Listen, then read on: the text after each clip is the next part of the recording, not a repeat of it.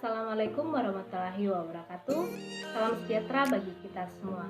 Perkenalkan, nama saya Melinda Agri Dukun dengan NIM 190141440. Saya adalah mahasiswa semester 5 Program Studi Pendidikan Guru Sekolah Dasar Universitas Cokro Aminoto Pati. Video ini bertujuan untuk memenuhi tugas UTS dari mata kuliah Sosiologi. Nah, di sini saya akan membahas tentang stratifikasi sosial dan mobilitas sosial. Stratifikasi sosial merupakan perbedaan masyarakat atau penduduk ke dalam lapisan-lapisan secara bertingkat atau hierarkis. Stratifikasi sosial merupakan sebuah pengelompokan masyarakat untuk membedakan antara masyarakat yang satu dengan masyarakat yang lain. Adapun macam-macam stratifikasi sosial, diantaranya yang pertama, stratifikasi pada masyarakat pertanian. Dalam masyarakat ini, sistem stratifikasi dilihat dari kepemilikan tanah. Contohnya, lapisan tertinggi adalah petani yang memiliki lahan pertanian dan juga memiliki rumah. Lapisan menengah adalah petani yang tidak memiliki lahan pertanian tetapi memiliki rumah. Lapisan terendah adalah petani yang tidak memiliki lahan pertanian dan juga tidak memiliki rumah. Yang kedua itu stratifikasi sosial pada masyarakat feodal. Seperti yang kita ketahui, feodalisme merupakan sistem politik yang memberi kekuasaan yang besar pada golongan bangsawan. Hampir sama dengan stratifikasi sosial pada masyarakat pertanian. Pada masyarakat feodal, stratifikasi sosial dilihat dari kepemilikan tanah yang terdiri dari dua kelas, yakni para bangsawan atau tuan tanah dan para buruh. Contohnya, lapisan teratas terdiri dari keturunan bangsawan atau keluarga raja. Lapisan menengah adalah para pegawai atau pengawal raja. Lapisan terendah adalah masyarakat biasa. Ketiga itu stratifikasi sosial pada masyarakat industri. Pada masyarakat ini, sistem pelapisan sosial lebih bersifat terbuka, di mana seorang memiliki kesempatan untuk melakukan mobilitas. Contohnya, lapisan pemerintah, lapisan orang kaya, dan lapisan para buruh. Adapun tipe stratifikasi sosial, yang pertama itu stratifikasi sosial tertutup. Stratifikasi sosial tertutup adalah stratifikasi di mana tiap-tiap anggota masyarakat tersebut tidak dapat pindah ke strata atau tingkat sosial yang lebih tinggi atau pindah ke strata sosial atau tingkat masyarakat yang lebih rendah. Nah, contohnya sistem kasta di Jawa. Sistem kasta di Jawa membagi masyarakat menjadi dua golongan. Golongan pertama itu adalah darah biru dan golongan kedua itu adalah rakyat biasa. Tidak mungkin rakyat biasa bisa pindah ke keturunan rakyat biru atau ke keturunan orang ningrat. Itu tidak mungkin. Yang kedua itu stratifikasi sosial terbuka. Adalah sistem stratifikasi di mana setiap anggota masyarakatnya dapat berpindah-pindah dari strata atau tingkat yang satu ke tingkat yang lainnya. Contohnya dalam sebuah dunia bisnis, seorang pengusaha dapat menaikkan levelnya dengan cara mendapatkan customer sehingga dapat lebih menguntungkan dan membuat usahanya lebih maju lagi. Kemudian itu stratifikasi sosial campuran. Stratifikasi sosial campuran adalah gabungan dari stratifikasi terbuka dan stratifikasi tertutup, di mana masyarakat tersebut dapat berpindah ke lapisan lebih atas, namun di sisi lain juga dapat melakukan mobilitas vertikal dengan status sama. Contohnya itu di Bali, orang memiliki strata sosial masing-masing. Ada yang berada dalam lapisan sosial yang berkedudukan tinggi dan ada yang berada di lapisan paling bawah.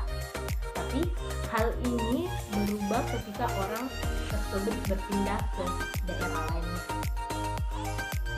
Adapun pengaruh stratifikasi sosial, yaitu stratifikasi sosial akan selalu ditemukan dalam masyarakat selama di dalam masyarakat tersebut terdapat sesuatu yang dihargai, mungkin berupa uang atau benda yang bernilai ekonomis, atau tanah, kekuasaan, ilmu pengetahuan, kesalehan agama, atau keturunan keluarga terhormat.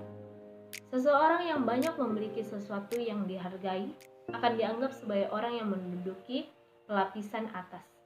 Sebaliknya, mereka yang hanya sedikit memiliki atau bahkan sama sekali tidak memiliki sesuatu yang dihargai tersebut, mereka akan dianggap oleh masyarakat sebagai orang-orang yang menempati pelapisan bawah atau berkedudukan rendah. Pengaruh atau nilai baik yang akan dibawa dari adanya sistem stratifikasi sosial ini adalah motivasi, yaitu adanya dorongan baik dari dalam maupun dari luar diri seseorang untuk mengejar ketinggalan, untuk melakukan mobilitas sosial sehingga dia bisa menduduki status sosial yang pantas. Contohnya, seorang staf di kantor yang melihat teman seangkatannya sudah naik pangkat, sehingga ia bergerak untuk lebih giat lagi bekerja, sehingga ia dapat mengejar ketinggalannya. Selain itu, pengaruh baik dari stratifikasi sosial adalah perubahan sosial menuju arah yang lebih baik dapat berlangsung lebih cepat dikarenakan telah adanya motivasi untuk memperbaiki hidup, di mana akan semakin tercipta sumber daya manusia yang berkualitas. Kemudian dengan adanya stratifikasi sosial, maka orang telah memiliki peranan sendiri sehingga sudah sadar akan hak dan kewajiban masing-masing, sehingga tidak terjadi pencampuran peranan sosial dan terciptanya ketertiban sosial. Contohnya itu ketika seorang anak yang sedari kecil menderita kemiskinan bersama keluarganya, tetapi karena melihat banyak orang yang sukses, ia bertekad untuk menaikkan derajat keluarganya.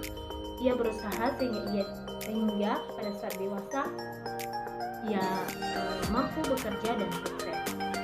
Hubungan pendidikan dengan stratifikasi sosial adalah ilmu pengetahuan. Ilmu pengetahuan ini erat hubungannya dengan pendidikan. Ukuran ilmu pengetahuan sering dipakai oleh anggota-anggota masyarakat yang menghargai ilmu pengetahuan. Seseorang yang paling menguasai ilmu pengetahuan akan menempati lapisan tertinggi dalam sistem pelapisan sosial masyarakat yang bersangkutan.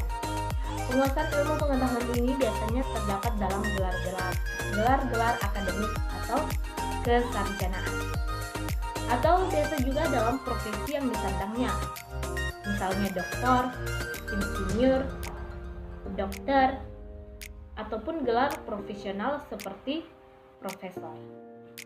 Selanjutnya yaitu mobilitas sosial. Pada dasarnya, setiap warga dalam suatu masyarakat mempunyai kesempatan untuk menaikkan kelas sosial mereka dalam struktur sosial masyarakat yang bersangkutan, termaksud dalam masyarakat yang memiliki sistem pelapisan tertutup atau kaku. Inilah yang disebut dengan mobilitas sosial. Mobilitas sosial dapat diartikan sebagai suatu gerak perpindahan dari suatu kelas sosial ke kelas sosial lainnya. Dalam sosiologi, mobilitas sosial berarti perpindahan status dalam stratifikasi sosial.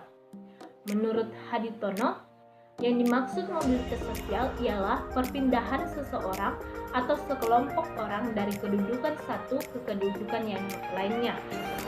Mobilitas vertikal mengacu pada mobilitas ke atas atau ke bawah dalam stratifikasi sosial. Contohnya, mengenai mobilitas sosial individu ialah perubahan status sosial seseorang dari seorang tukang menjadi seorang dokter. Fitirim A. Sorokin menyatakan bahwa mobilitas sosial secara vertikal dapat dilakukan melalui beberapa hal, yaitu angkatan bersenjata. Dalam keadaan perang di mana setiap negara menghendaki kemenangan, maka jasa seseorang prajurit akan dihargai dalam masyarakat. Bisa jadi status prajurit tersebut naik, bahkan memperoleh kekuasaan dan wewenang. Selain itu, lembaga pendidikan.